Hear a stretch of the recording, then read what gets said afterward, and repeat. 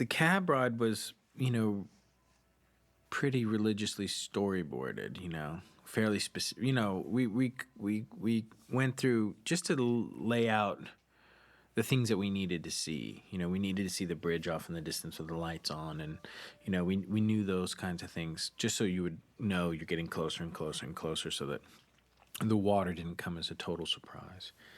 But it's pretty straightforward. This stuff's pretty. Stunts in movies and action sequences are.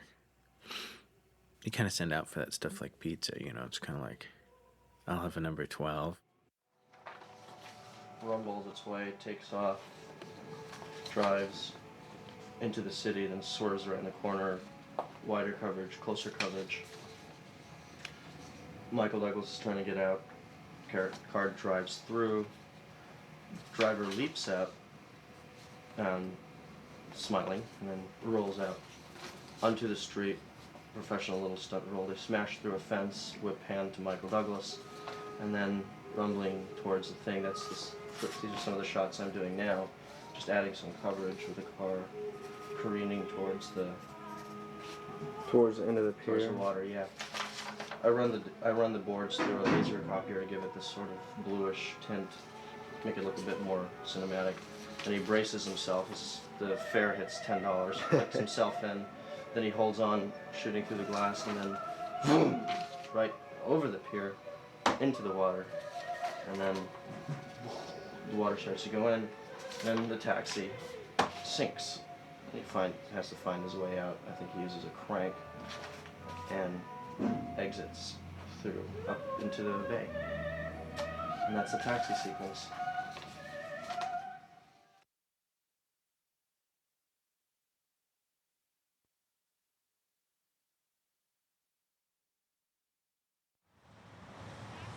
There's a lot of work to see.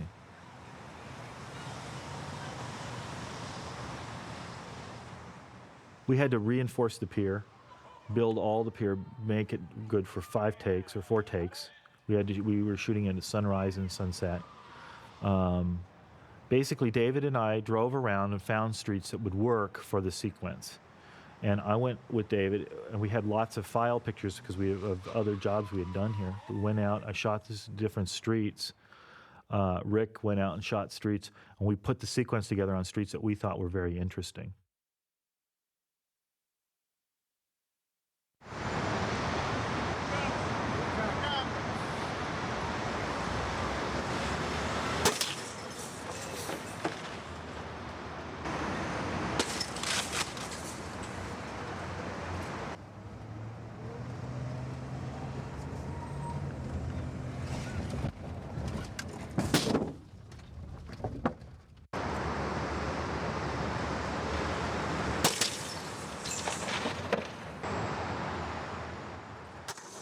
One of the reasons that David shot on this particular street is because it had more lights at night than any other. So that's why we're shooting on that street. We would drive around at night, just trying to find which was brightest for an f-stop. They were very specific for another commercial we were going to do, that we were doing in San Francisco, and I remembered it, and we went back there. This, we wanted to get the Bay Bridge in the background. This pier was condemned. We had to go through a lot of fights with the city to be able to shoot on it.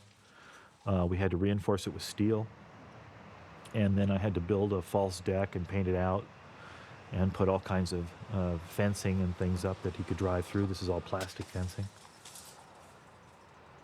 We put, on the building, we put all kinds of metal halide lamps so that it would change the color.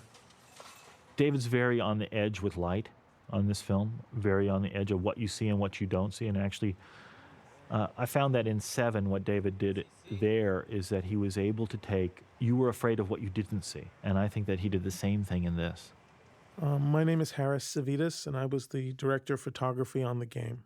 Shooting at night's a conundrum because, and I tried in this movie, and we tried, David and I spoke about this, and that we wanted the nights to feel like night and not look like they were lit. And maybe that's coming from two filmmakers who are conscious of movies that are lit at night. And I think maybe the layperson can't see that a movie is lit or that it has edges. But what we strive to do here was make the night stuff or the dark stuff look like very real. Look like, yes, you're in a room and the lights have gone out. You know, all too often you'll go to a movie and there's a killer lurking and he's cut the lines of electricity to the house. There's no electricity in the house. Yet things look bright. They look lit. There's a lot of light. There's a very bright moon outside. And we tried to go against that kind of. On one level, I think the soft light, the natural look, gives this movie a certain. I'm looking for a word. It gives the movie a certain kind of. It justifies things, in that it makes you. If the light's beautiful, if it looks expensive, it makes you believe the story more. It kind of will justify the mise en scène, justify that they're in a restaurant, justify, Whereas if it's harder or, you just don't believe it. And in this kind of movie where it's such a mind game, I think it takes on another level of importance.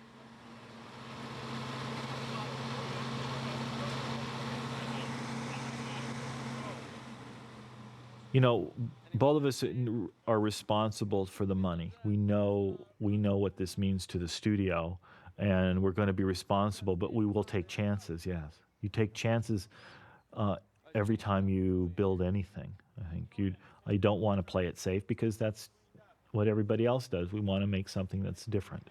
We take chances. I mean, that's part of our job.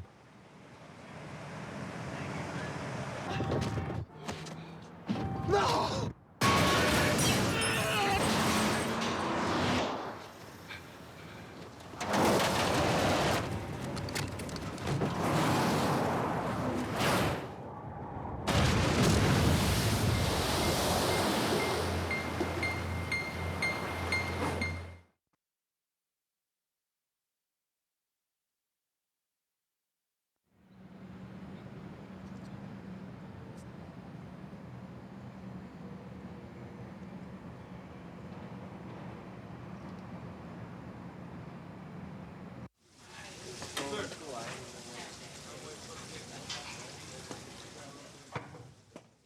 My name is Michael Douglas, and I play the role of Nicholas Van Orton in the game. I love doing action movies and pictures for the same reason I like doing sex scenes in movies. You don't have to talk. They're a release, a breath of fresh air. They involve other talents, other abilities, and they're fun. I like action. Done a lot of action pictures for a while, and I've done my fair share of. But I relate to them the same way. They're very strictly, highly choreographed. You have much more limitations on you than you do when you're normally acting, both in action scenes and sex scenes. They're both strictly choreographed, beat by beat, because the camera is the most important element in those type of scenes. Where the camera is and what the camera is going to see is the most important. So you're really acting for the benefit of the camera.